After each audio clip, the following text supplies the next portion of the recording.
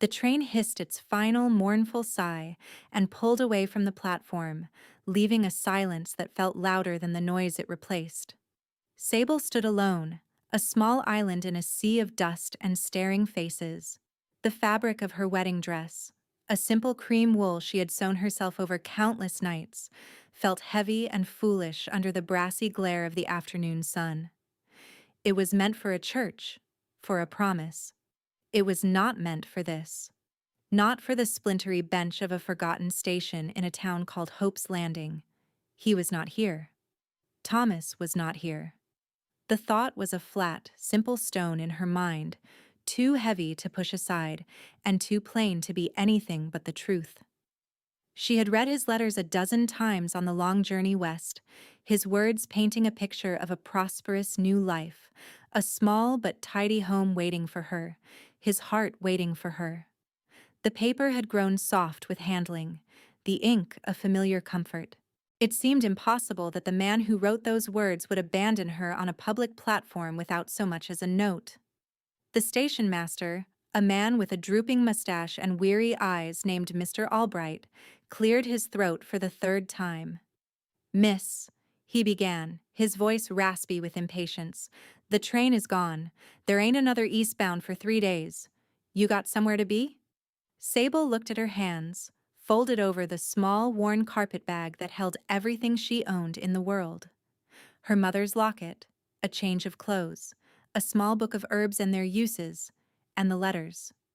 The lying letters. She raised her chin, her throat tight. "I am waiting," she said, her voice quieter than she intended, but firm. "Waiting for who? The whole town saw you get off. Ain't no one come for you." He wasn't being cruel, merely stating a fact as barren as the landscape that stretched out beyond the town. A few women, clustered by the door of the general store, whispered behind their hands, their curiosity a palpable force. A child pointed. Sable felt her skin prickle with 100 tiny needles of shame. From the seat of his heavy freight wagon across the dusty street, Leland Cade watched the scene unfold. He had seen the woman arrive, a slash of cream against the dun-colored backdrop of the town. A mail-order bride, clearly. He'd seen a dozen like her over the years, arriving with hope-filled eyes that either hardened or broke within a month. This one, though, she was different. When the train left and her shoulders didn't slump, when the station master spoke and her chin came up, something in him took notice. A stubbornness. A refusal to be swept away like so much trash. He had no time for it. He was a man who dealt in fences and cattle, in the hard math of survival. His heart was a locked and bolted room, the key long since lost in the grave of his wife, Sarah, and the small son who had followed her. He had a ranch to run, supplies to load. He turned his attention back to the sacks of flour and salt, heaving them into the wagon bed with practiced efficiency. Yet his eyes kept drifting back to the solitary figure on the platform, a statue of misplaced faith. The sun began its slow descent, painting the sky in brutal strokes of orange and purple. The whispering women went home to their husbands and their suppers.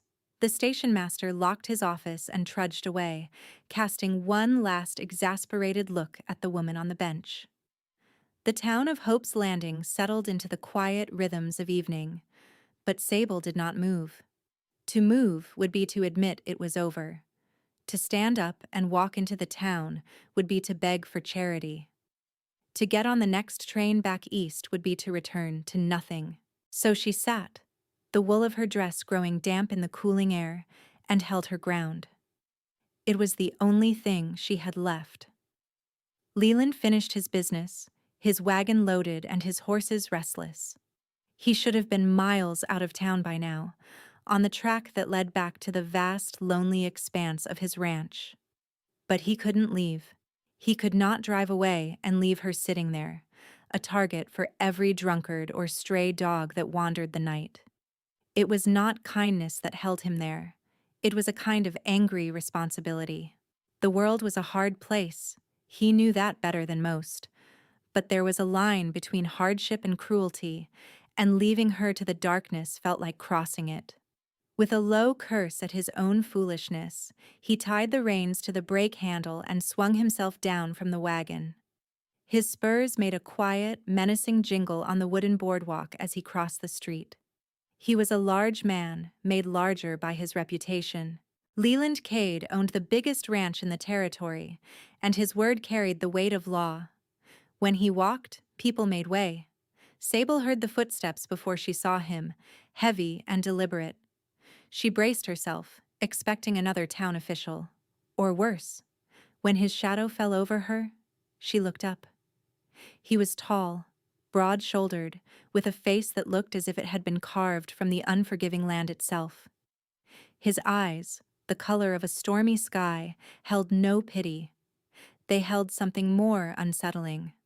Appraisal. "You can't stay here," he said.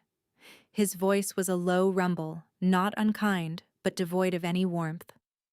"I have nowhere else to go," she answered. The truth a stark and simple thing. "That's not my concern." He paused, his gaze sweeping over her once more. "But the coyotes will be soon enough, and they're less polite than me." He gestured with his head back toward his wagon. "I have a line shack on my property. It's empty. Roof and 4 walls. Nothing more. You can stay there till you figure out what's next." Sable stared at him, suspicion warring with desperation. In her experience, men who offered help to lone women rarely did so for free. "Why?" she asked, her voice tight. Leland's jaw hardened. He was not used to being questioned. "Because my foreman's wife is a gossip, and if I leave you here, I'll hear about it for a month. It's easier to put a roof over your head." It was a lie, or at least, not the whole truth, but it was the only reason he was willing to give. He was solving a problem, that was all. An annoying, persistent problem in a cream-colored dress. She looked from his unreadable face to the solid, dependable shape of his wagon and horses. She had no money, no friends, no prospects. The night was growing cold, and a deep, trembling fear was beginning to seep through the cracks of her resolve. This man was offering a sliver of shelter. He was not smiling. He was not trying to charm her. His offer was as blunt and unadorned as he was, and in that, she found a strange kind of trust. Slowly, stiffly, Sable stood up. She picked up her bag. "Thank you, mister?" "Cade," he supplied, already turning back toward his wagon. "Leland Cade." She followed him, her steps small and uncertain. He helped her onto the high wagon seat, his hand a brief, hard pressure on her elbow, and then he was up beside her, releasing the brake. The wagon lurched into motion, pulling her away from the station and into the vast gathering darkness of the frontier, and an unknown future. The journey to the Cade Ranch was made in near silence. The only sounds were the creak of the wagon wheels, the soft jingle of the harness, and the rhythmic plodding of the horses. The moon rose, a pale coin in an ink-black sky, illuminating a world of rolling hills and endless grass. Leland did not speak, his attention fixed on the road ahead. Sable, huddled on the seat beside him, felt the last of her fight drain away, replaced by a profound and aching exhaustion. The man who was supposed to be her husband had vanished. She was in a strange land beside a stranger, heading to a place she did not know. Finally, he pulled the team to a halt. "We're here," he said. He pointed into the darkness. "The main house is another mile that way. This is the shack." Sable could just make out a small dark shape against the horizon. It was little more than a box. Leland swung down and lit a lantern he pulled from the side of the wagon. In the flickering yellow light, the shack revealed itself. It was made of rough-hewn timber, with a single window and a door that hung slightly askew. It was the loneliest-looking building she had ever seen. He pushed the door open with a grunt. The air inside was stale, thick with the smell of dust and disuse. A simple cot with a thin, stained mattress stood against one wall. A small table, A single chair and a cold, pot-bellied stove completed the furnishings. A spider had spun an elaborate web in one corner. "It ain't much," Leland said, his voice flat. He set the lantern on the table, its light casting long, dancing shadows. "But the roof is sound. There's a well out back for water. I'll send one of the hands over with some firewood and basic provisions in the morning." Sable stepped inside, her worn bag clutched in her hand. It was a desolate place, but it was shelter. It was 4 walls and a roof, as he had promised. It was more than she'd had an hour ago. "Thank you, Mr. Cade," she said, her voice barely a whisper. "I am in your debt." He just grunted in response, his gaze lingering on her for a moment. In the lantern light, he could see the exhaustion etched around her eyes, the smudge of dust on her cheek. She looked fragile, breakable. And yet, she was still standing. He felt a flicker of something he refused to name and turned to leave. "Don't wander off," he said, his hand on the door. "This is open country. It's not as empty as it looks." And then he was gone, the sound of his wagon fading into the night. Sable was alone again, but this time she had a door to close. She sank onto the edge of the cot, the cheap wool of her wedding dress pooling around her feet. Only then, in the safety of the dusty, abandoned shack, did she allow the tears to come. They were not loud, racking sobs, but a silent, hot stream that traced paths through the grime on her face. She cried for the life she had imagined, for the man she thought she knew, and for the utter, terrifying loneliness of her new reality. The next morning, Sable awoke to the sound of a horse outside. She rose from the cot, her body stiff and sore. She had not even bothered to take off the dress. Peeking through the grimy window, she saw a young cowboy, barely more than a boy, unloading a stack of firewood and a crate from his horse. He left them by the door, touched the brim of his hat in a gesture of respect towards the shack itself, and rode off without a word. In the crate, she found a sack of flour, a tin of coffee, salt, a slab of bacon, and a heavy wool blanket that was far newer and cleaner than the one on the cot. There was also a bar of lye soap and a small, sharp knife. Practical things. Life-saving things. Sable felt a wave of gratitude so strong it almost buckled her knees. She spent the next few days turning the shack into something resembling a home. She scrubbed the floor with water from the well until the wood shone. She washed the window, letting in the pale autumn light. She patched the mattress with thread pulled from the hem of her petticoat. Using the knife, she explored the area around the shack, her heart lifting when she recognized the familiar shapes of yarrow, plantain, and wild sage growing in the tough prairie soil. She carefully dug up a few plants, replanting them in a small, tidy patch by the door. Her mother had taught her the herbs, a knowledge passed down through generations. "Some things, the earth provides a cure for," she used to say. Sable had never needed them more. Leland kept his distance. He saw her from afar, a small figure moving with purpose around the shack. He saw the smoke rising from the stovepipe, the clean square of the window, the dark patch of earth she was tending by the door. He had expected her to last a day or two, then come begging for a ticket back east. She did not. She was building a life, however small, out of the scraps he had given her. It annoyed him. It intrigued him. The proving came a week later. A scream from the direction of the corrals tore through the quiet afternoon. Leland was there in moments. One of his younger hands, a boy named Billy, was on the ground clutching his leg. A new strand of barbed wire, improperly strung, had snapped and whipped back, tearing a vicious gash in his thigh. The blood was everywhere, staining the dust a dark, ugly red. "Get him to the bunkhouse!" Leland roared. 2 other hands carried the pale, groaning boy. Leland looked at the wound and his gut clenched. It was deep, ragged, and already filling with dirt and grime. The doctor was in a town a day's ride away. By the time he could get here, the infection would have set in. He'd seen men lose limbs to lesser wounds. He'd seen them die. Sable had heard the commotion and came running, her skirts hitched up. She saw the blood, the panic in the men's eyes, the grim set of Leland's jaw. She knew this kind of wound. She knew what would happen next. Fever, rot, the saw. "Let me see," she said, her voice calm and clear in the chaos. The men looked at her, then at Leland.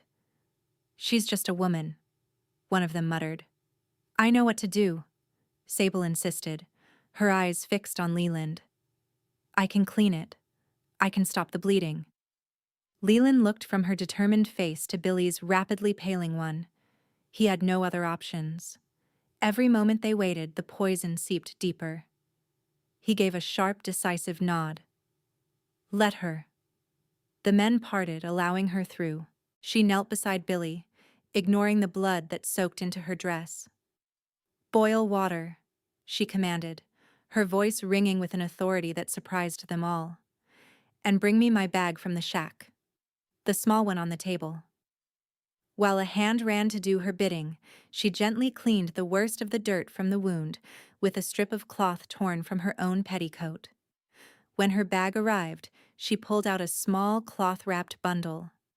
Inside were dried yarrow leaves and the broad green leaves of plantain she had gathered just days before. She crushed them together, her fingers working quickly and surely. When the boiled water arrived, she used it to wash the wound thoroughly, her touch surprisingly gentle despite the boy's pained groans. Then she packed the gash with the crushed herbs. "Yarrow to stop the bleeding and fight the fever," she murmured, more to herself than to anyone else. "Plantain to draw out the poison." She bound it all tightly with more clean strips of cloth. "Keep him warm," she told Leland, standing up. "Make him drink as much water as he can. I will make a tea to help with the fever." Leland watched her walk back to her shack, her back straight, her dress stained with his ranch hand's blood. He was stunned into silence. He had seen a woman facing down death, not with hysterics or prayers, but with knowledge and calm competence. He had offered her shelter, and she was now in the process of saving the life of one of his men. She healed more than just the ranch hand's wound that day. She chipped away at the wall around his heart. By the next morning, Billy's fever had broken. When Sable unwrapped the wound to clean it again, the angry redness was gone, the swelling reduced. There was no sign of the deadly infection Leland had feared. The boy would live. He would keep his leg. The atmosphere on the Cade ranch shifted. The men no longer looked at Sable as the abandoned bride, the strange woman in the line shack. They looked at her with a new, grudging respect. They called her Mrs. Sable. They tipped their hats when she passed. She had earned her place, not through Leland's charity, but through her own strength. Leland found himself making excuses to ride by the shack. He told himself he was checking on his property, but he knew he was checking on her. One afternoon, he arrived with a load of lumber in his wagon. Without a word, he spent 2 hours repairing the broken porch step and building her a small, sturdy set of shelves next to the stove. He did not ask if she wanted them. He just built them. When he was done, he looked up and found her standing in the doorway, watching him, a cup of water in her hand. "I thought your herbs should have a proper place," he said, his voice gruff to cover the strange feeling in his chest. She handed him the cup. "Thank you, Mr. Cade." Their fingers brushed as he took it, a spark of warmth that seemed to travel straight up his arm. He drank the water in 3 long swallows, the coolness doing nothing to quench the heat he felt under her quiet gaze. He handed the cup back and left without another word. A few weeks later, a crisis of a different sort arose. One of his best mares, a beautiful Palomino, had lost her foal during a difficult birth. The horse was wild with grief. She kicked and bit at anyone who came near, refusing food and water. She would pace the fence line of her corral, calling out with a sound of pure misery that set every man on edge. "She's gonna run herself to death," His foreman, Moss, said grimly. Might have to put her down, Leland. The thought of it sickened him. He knew that grief. He recognized the way it turned an animal wild, the way it rejected all comfort. He saw his own reflection in the mare's frantic eyes. Sable had been watching the mare for days. That afternoon, she walked to the corral. The men tensed, expecting her to be savaged. Leland started forward, ready to pull her back, but she didn't try to touch the horse. She simply unlatched the gate, slipped inside, and sat down in the dust, a good 20 feet away from the agitated animal. The mare stopped her pacing, her ears swiveling, her nostrils flaring as she watched the still, quiet woman. Sable didn't look at her. She just sat, her hands resting in her lap, humming a low, tuneless melody. It was a sound of peace, not of demand. An hour passed, then another. The sun beat down. Leland stood by the fence, unable to leave, mesmerized by the strange, silent tableau. Finally, the mare took a hesitant step toward Sable, then another. She lowered her head, sniffing at the woman's outstretched hand. Sable did not move. Slowly, gently, the mare nudged her hand, then rested her great head on Sable's shoulder. The horse let out a long, shuddering sigh, a sound of release. Sable began to stroke her neck, murmuring words too soft for Leland to hear. He watched as this woman, who had been abandoned and left with nothing, comforted a creature consumed by a grief he knew all too well. She was healing his ranch, piece by piece. She was healing the things he didn't know how to fix. And he realized, with a terrifying jolt, that he was beginning to need her. The realization sent a tremor of fear through him, a fear of the vulnerability he had sworn off forever. He turned and walked back to the main house, his own heart aching with a pain he had not allowed himself to feel in years. He had offered her a home, but she was giving him a reason to live in it. The slow burn of their connection intensified, built not on words, but on small, quiet actions. He started leaving a bucket of fresh milk from his dairy cow by her door every other morning.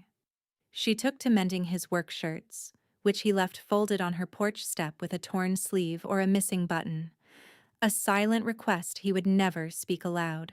She would find them return to the same spot the next day, the thread neat and strong, a patch of flour sack cloth covering a hole. One evening, a sudden autumn squall blew in, the wind howling and the rain coming down in sheets. Leland, working late in his office in the main house, found his thoughts drifting to the line shack, to its thin walls and the woman inside. He imagined her alone in the storm, and the thought was a fist clenching in his gut. Cursing himself for a fool, he pulled on his heavy coat and strode out into the tempest.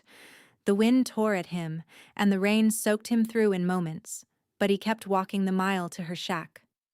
Light glowed from her window, a small beacon of defiance against the raging night. He didn't bother to knock, pushing the door open to find her frantically placing a bucket under a steady drip from the ceiling. "The roof's leaking," she said, startled by his sudden appearance. Water dripped from his hat and coat, pooling on the floor she kept so clean.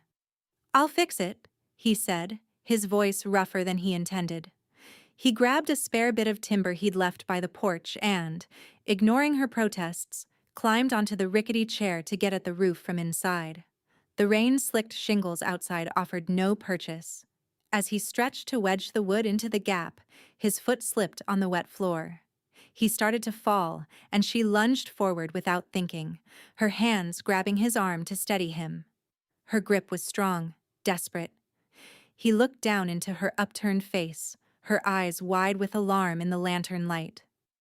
The storm raged outside, but inside the tiny shack, a different kind of tempest was brewing. The world seemed to narrow to the space between them, the feel of her hands on his arm, the scent of rain and wood smoke, and her. He could feel the tremor in her fingers, or maybe it was his own. He placed his free hand over hers, his thumb stroking the back of her hand once, a gesture of reassurance that felt more like a confession. Neither of them breathed. The gap between them, which had been closing for weeks, was now just a whisper of space. He wanted to close it. He wanted to lean down and... The fear came roaring back, cold and sharp. Fear of what this meant, of where it was leading. Fear of feeling again. He pulled his arm from her grasp abruptly. "It's fine," he muttered, jamming the timber into the hole with more force than necessary. The dripping stopped. He climbed down from the chair, avoiding her eyes. "It should hold for the night," he said, his voice tight. Without another word, he turned and walked back out into the storm, leaving her standing in the middle of the room, her heart pounding a frantic rhythm against her ribs. She raised her hand, the one he had touched, and pressed it to her lips. She was falling for this hard, silent man, and it terrified her, as much as it thrilled her. While a fragile truce with hope was being forged on the Cade Ranch, a storm of a different kind was gathering in town. Mrs. Abernathy, the wife of the town banker and the self-appointed guardian of its morality, had taken notice of the situation. An abandoned mail-order bride, living unchaperoned on the property of the territory's most eligible and powerful widower? It was a scandal. It was an affront to the proper order of things. She began her campaign with whispers in the general store, with pointed comments at the church social. "A woman of no background," she would say, her voice dripping with condescension. "Living out there on his charity. It's not respectable. What must people think?" Her words were poison ivy, spreading quietly, taking root in the fertile ground of gossip and suspicion. Women who had once nodded politely at Sable now looked through her when she came to town for supplies. The clerk at the store served her with a coldness that was worse than outright hostility. Sable felt the town turning against her, the walls of judgment rising higher than the walls of her small shack. One afternoon, Mrs. Abernathy decided on a direct assault. She saw Sable leaving the general store and blocked her path on the boardwalk. "Mrs. or is it Miss?" she began, her voice loud enough for several passers-by to hear. "I feel it is my Christian duty to speak with you." Sable clutched her small bag of flour and thread, her knuckles white. "Mrs. Abernathy." "This arrangement you have with Mr. Cade," the woman continued, her eyes glittering with malice. "It is unseemly. A woman in your predicament should have the decency to remove herself, not impose upon the generosity of a good man, and set a poor example for the community." "Mr. Cade offered me shelter when I had none," Sable said, her voice shaking slightly but holding firm. "My arrangement with him is a matter of work and lodging, nothing more." "Oh, I am sure," Mrs. Abernathy sneered, "but appearances matter, and your appearance here is a stain on this town. If you had any shame, you would leave." The public humiliation was a slap in the face. Sable felt the hot sting of tears behind her eyes but refused to let them fall. She simply looked at the older woman and said, "My shame is not nearly as great as your cruelty," before stepping around her and walking away, her head held high. But the words followed her, clinging to her like burrs, a stain on this town. The true threat, however, did not come from a town gossip. It arrived in the mail pouch, carried by a rider from the east. It was a letter, addressed to her in a familiar, sloping hand. Her heart plummeted as she recognized the handwriting of Thomas, the man who had left her on the platform. With trembling fingers, she tore it open. The letter was not an apology, it was a demand. The other woman he had pursued, a daughter of a wealthy merchant, had spurned him. His plans had crumbled. Now he was coming to Hope's Landing. "You are my betrothed," he wrote. "I have the letters to prove it. A contract is a contract. I am coming to claim what is mine. Expect me within the month." The air rushed from Sable's lungs. "Claim what is mine." He spoke of her as if she were a parcel, a piece of property he had temporarily misplaced. The thought of being in his power, of belonging to a man who saw her as an object and who had so casually and cruelly discarded her, was a suffocating terror. She could not stay. She could not bring this trouble to Leland's door. He had already risked his reputation by giving her shelter. She could not ask him to stand against a man who claimed a legal right to her, however flimsy. Mrs. Abernathy was right about one thing. She was a stain, a problem that would only grow worse. To stay would be to endanger the one man who had shown her any real decency. Her decision was made in the dark hours of the night, with the cold finality of grief. Love, she now knew, was not just about staying. Sometimes it was about leaving. The line shack was silent, save for the scratching of her pen on a piece of paper. She wrote a short, simple note, leaving out the part about Thomas. Mr. Cade, I can never repay you for your kindness. You gave me shelter when I had none and treated me with a respect I did not expect. I cannot impose on you any longer. I will be gone by morning. May God bless you and your ranch. Sable. She folded it and left it on the small table, next to the shelves he had built for her. She packed her few belongings into her bag. The wedding dress, she folded carefully and left on the cot. She would not carry that ghost with her. Dressed in her simple dark traveling skirt and blouse, she looked around the small room one last time. It was the first place in a long time that had felt like home. Before the sun had even begun to hint at its rising, Sable slipped out the door and started walking. She did not look back. She set her face toward the east, toward the road that would lead her away from Hope's Landing, away from Leland Cade, and into an uncertain future. Each step was an act of will, a painful severing of the fragile roots she had begun to put down. Leland rose at his usual hour, before dawn. A strange disquiet had settled over him during the night, a feeling that something was amiss. He went about his morning chores, but the feeling persisted. On a gut impulse he could not explain, he saddled his horse and rode toward the line shack, the rising sun at his back. He saw it from a distance. The lack of smoke from the stovepipe, the stillness of the place. A cold dread, an emotion he hadn't felt since Sarah's death, washed over him. He spurred his horse into a canter, pulling up sharply by the door. "Sable?" he called out. The only answer was the wind whispering through the grass. He pushed the door open. The shack was empty. It was tidy, clean, but utterly devoid of life. The fire was cold. Her bag was gone. His eyes fell on the note on the table. He snatched it up, his hands clumsy. He read the few short lines, and the paper seemed to burn his fingers. "I cannot impose on you any longer." The emptiness of the shack was a physical blow. He looked at the shelves he had built, now bare. He saw the neatly folded cream dress on the cot, a pale specter of her arrival. The silence was deafening. This was the silence he had lived in for years, the cold, hollow silence of loss. He had grown used to it, comfortable in its deadening embrace. But her presence, her quiet, steady, healing presence, had filled it. And now, the silence was back. More terrible than before, because he now knew what he was missing. He sank onto the chair she had so often occupied, the note crushed in his fist. He had let her go. He had held himself back, walled himself in with his grief and fear, and he had let the best thing to happen to him in a decade simply walk away. The coldness he had cultivated for so long seeped back into his bones. This was his punishment, to be alone, just as he had always insisted he wanted to be. For a long, dark moment he let the despair take him.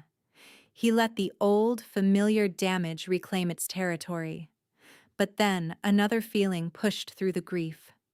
Anger. A hot, roaring anger at his own cowardice. He had faced down blizzards, stampedes, and gunmen without flinching, but he had run from the touch of a woman's hand. He had run from the hope she represented. He stood up, his decision made in a heartbeat. He would not let her go. He did not know why she had left, but it didn't matter. He would find her. He would not command her to return. he would ask. If she said no, he would have to live with it. But he would not let her disappear into the wilderness without telling her the truth. He strode out of the shack and swung onto his horse. He knew she was on foot. He knew she would take the eastbound road. It was the only logical way to go. He spurred his horse, not into a frantic gallop, but a ground-eating lope, his eyes scanning the horizon. He was riding not to rescue a helpless woman, but because he could not imagine his life without her in it. He was riding to rescue himself. He found her about 5 miles out of town. She was just a small, determined figure walking steadily along the dusty track. He slowed his horse to a walk as he approached, not wanting to frighten her. "Sable," he called out. She froze, her back to him, then slowly turned. Her face was pale, her eyes shadowed with a pain that mirrored his own. She looked like she was seeing a ghost. He dismounted, leaving the horse's reins to trail in the dust. He walked toward her until he was only a few feet away. "You forgot something," he said, his voice low and hoarse. "I have everything I need," she replied, her voice trembling. "No, you don't," he said, taking another step closer. "The shack is empty. The whole ranch is empty without you. Don't go." It was the most vulnerable he had ever been, the words costing him more than any business deal or poker pot he had ever won. Tears welled in her eyes. "I have to," she whispered. "You don't understand. A man is coming for me. The man who was supposed to meet me at the station. He says I belong to him. I can't bring that trouble to you." Understanding dawned on him, and his anger returned, but this time it was directed outward, at the faceless man who would dare to claim her. "He is wrong," Leland said, his voice turning to steel. "You belong to no one but yourself, and your home is with me, if you'll have it." Just as the words hung in the air between them, they heard the thunder of a fast-moving wagon. A light buggy, pulled by a sweating horse, careened to a stop beside them. The man holding the reins was handsome in a weak-chinned way, dressed in city clothes that were now covered in a fine layer of dust. His eyes landed on Sable, then flicked dismissively to Leland. "Sable, there you are," the man said, his tone possessive and annoyed. "I was told in town you'd run off. Get in the buggy. We have plans to discuss." This was Thomas. Sable instinctively took a step back, closer to Leland. "No, Thomas," she said, her voice finding a new strength. "I am not going with you." Thomas laughed, a short, unpleasant sound. "Don't be foolish. We have an agreement. A contract. You are my intended. Now stop making a scene and get in." He started to climb down from the buggy, his hand outstretched to grab her. This was the moment. The choice. Sable did not cower. She did not look to Leland to save her. She saved herself. She stood her ground, her chin high, her eyes flashing with a fire Thomas had never seen. "I am not yours," she said, her voice ringing out in the quiet prairie air. "I was never yours. I am staying here." Leland moved then, not with violence, but with an unshakable solidity. He stepped between Sable and Thomas, a human wall. He was not as tall as Leland, and what confidence he had seemed to evaporate in the face of the rancher's cold fury. "The lady has made her choice," Leland said, his voice quiet, but carrying the deadly weight of command. "She is on my land. She is under my protection. You will get back in your buggy, and you will ride out of this territory. You will not come back." Thomas stammered, his bravado crumbling. "You have no right. She is—" "I have every right." Leland cut him off. "This is my land, and she is my future. Now leave." He didn't raise his voice. He didn't have to. The threat was absolute. Thomas looked from Leland's granite face to Sable's defiant one. He saw a fight he could not win. With a muttered curse, he scrambled back into his buggy, whipped the reins, and sped away, disappearing in a cloud of his own dust. The silence he left behind was profound. Sable was shaking, the adrenaline fading. Leland turned to her, his expression softening. He reached out, not to grab her, but just to gently take her hand. His touch was warm and steady. "He's gone," he said. "You saved me," she whispered. "No," he said, his thumb stroking the back of her hand. "You saved yourself. You just let me stand with you while you did it." He looked into her eyes, and the last of the walls around his heart finally crumbled to dust. "Come home, Sable." A month later, the first snows of winter began to dust the high peaks. The line shack stood empty, its door now firmly shut against the cold. Sable stood on the wide porch of the main ranch house, her home now, tending to a row of sturdy planter boxes. Leland had built them for her, filling them with rich soil so she could keep her most important herbs close through the winter. The scent of sage and thyme mingled with the crisp, clean smell of pine from the firewood stacked nearby. The front door opened and Leland came out, a steaming mug of coffee in each hand. He handed one to her, their fingers brushing in the familiar, comfortable way they now had. He had changed. The harsh lines around his eyes had softened. He smiled more, a slow, rare thing that made her heart ache with love.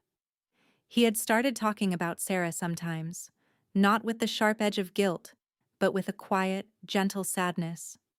She had not healed his wound, but she had shown him it was possible to live with the scar. He leaned against the porch railing beside her, their shoulders touching. They watched the sunset paint the snow on the mountains a soft, rosy pink.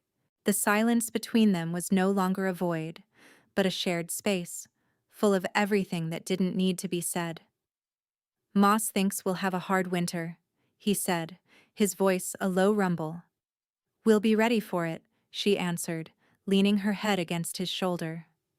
He put his arm around her, drawing her close. "I was thinking," he said after a long moment. "This house needs another room. A place for your books, and a proper place to dry your herbs. A room with a lot of light." Sable smiled into his coat. He wasn't just building a room. He was building a future for her. For them. She had arrived in Hope's Landing an abandoned bride with nothing but a foolish dress and a broken heart. She had been dismissed and scorned. But this powerful broken man had seen her, and in healing him, she had found her own salvation. The frontier was still a wild and unforgiving place, but here, in the circle of his arms, she was finally home. And as the last light of day faded, leaving them in the warm glow of the lamplight from the window, they both knew they had rescued each other. The quiet promise of their shared future was the most precious thing either of them had ever owned, a testament to the fact that sometimes the most broken hearts can learn to beat again, together.